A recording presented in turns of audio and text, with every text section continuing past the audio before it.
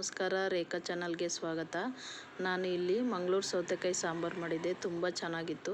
ಇದನ್ನು ಹೇಗೆ ಮಾಡಿದೆ ಅಂತ ನಿಮಗೂ ಹೇಳ್ತೀನಿ. ಮೊದಲಿಗೆ ನಾನು ಅರ್ಧ ಮಂಗಳೂರು ಸೌತೆಕಾಯಿ ತಂದಿದ್ದೀನಿ. ಕೆಲವರು ಹಿಂದೆನೂ ಸಿಪ್ಪೆ ತೆಗೆದಿರ್ತಾರೆ, ಆದರೆ ನಾನು ಇದು ಹಿಂದೆ ಸಿಪ್ಪೆ ತೆಗಿತಾ ಇಲ್ಲ, ಒಳಗಡೆ ಇರೋ ಬೀಜ ಮಾತ್ರ ತೆಗಿತಾ ಇದ್ದೀನಿ.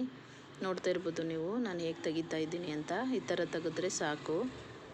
ಇದನ್ನು ಒಂದು ಮೀಡಿಯಮ್ ಸೈಜು ಕಟ್ ಮಾಡ್ಕೊಳ್ಳೋಣ.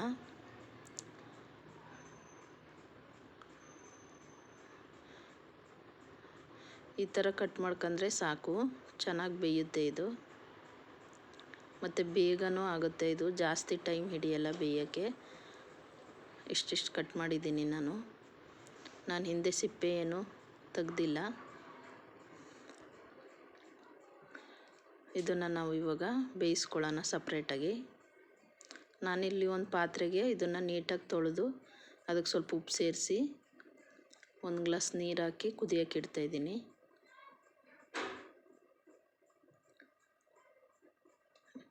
ಮತ್ತು ನಾನು ಇನ್ನೊಂದು ಕುಕ್ಕರ್ಗೆ ನಾನಿಲ್ಲಿ ಕೈ ಅಳತೆಯಲ್ಲಿ ಬೇಳೆ ಹಾಕ್ತಾಯಿದ್ದೀನಿ.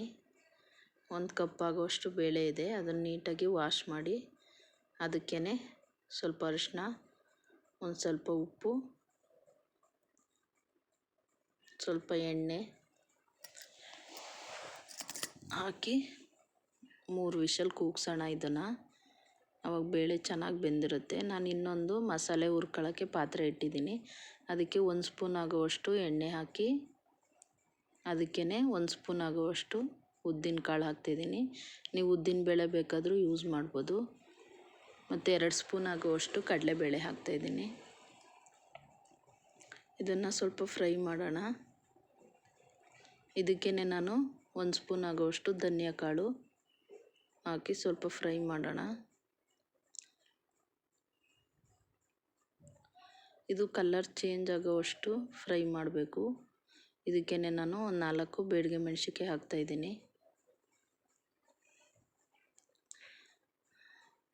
1 ಸ್ಪೂನ್ ಆಗುವಷ್ಟು ಜೀರಿಗೆ ಹಾಕಿ ಸ್ವಲ್ಪ ಮಿಕ್ಸ್ ಮಾಡಿ ಸ್ವಲ್ಪ ಫ್ರೈ ಮಾಡಿದ್ರೆ ಆಯಿತು. ಇವಾಗ ಇದು ಕಲರ್ ಚೇಂಜ್ ಆಗಿದೆ, ಇದು ಚೆನ್ನಾಗಿ ಫ್ರೈ ಆಗಿದೆ. ಇವಾಗ ನಾನು ಇದನ್ನು ಗ್ಯಾಸ್ ಆಫ್ ಮಾಡ್ತೀನಿ.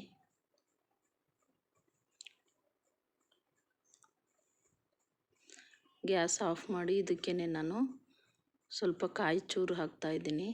ತೆಂಗಿನಕಾಯಿದು ಬೇಕು ಅಂದರೆ ಹಾಕೋಬೋದು, ಇಲ್ಲಾಂದರೆ ಬೇಡ.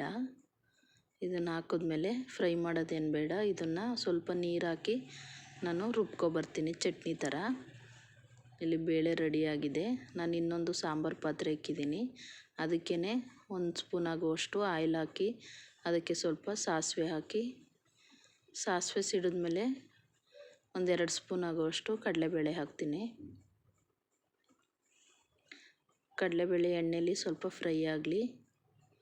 ಇವಾಗ ನಾವು ಅವಾಗೆ ಬೇಯಿಸಿಟ್ಕೊಂಡಿರೋಂಥ ಬೇಳೆನ ಇದಕ್ಕೆ ಹಾಕೋಣ. ಇಲ್ಲಿ 1 ಕಪ್ ಆಗುವಷ್ಟು ಬೇಳೆ ರಸ ಆಗಿದೆ.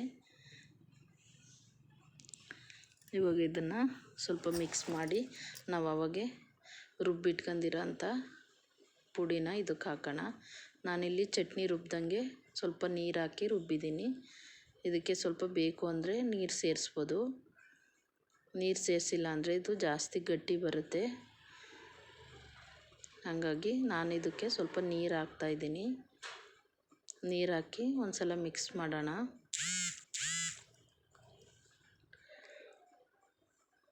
ಇವಾಗ ಇದು ಬೆಂದಿದೆ ಚೆಕ್ ಮಾಡೋಣ. ನಾನೊಂದು ಸ್ಪೂನ್ ತಗೊಂಡು ಇದನ್ನು ಕಟ್ ಮಾಡಿ ನೋಡ್ತೀನಿ.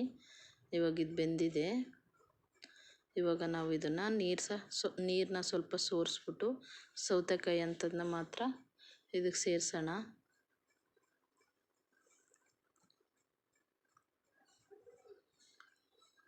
ಸೇರಿಸಿ ಒಂದು ಸಲ ಮಿಕ್ಸ್ ಮಾಡೋಣ.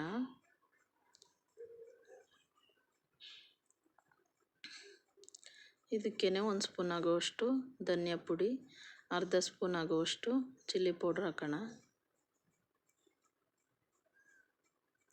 ಹಾಕಿ ಒಂದು ಸಲ ಮಿಕ್ಸ್ ಮಾಡಿ ಇದನ್ನು ಒಂದು 10 ನಿಮಿಷ ಕುದಿಸ್ಬೇಕು. ಇವಾಗ ನಾನಿದು ಮುಚ್ಚಿ ಒಂದು 10 ನಿಮಿಷ ಕುದಿಸ್ತೀನಿ. ಇವಾಗ ಇದೊಂದು 10 ನಿಮಿಷ ಆಗಿದೆ.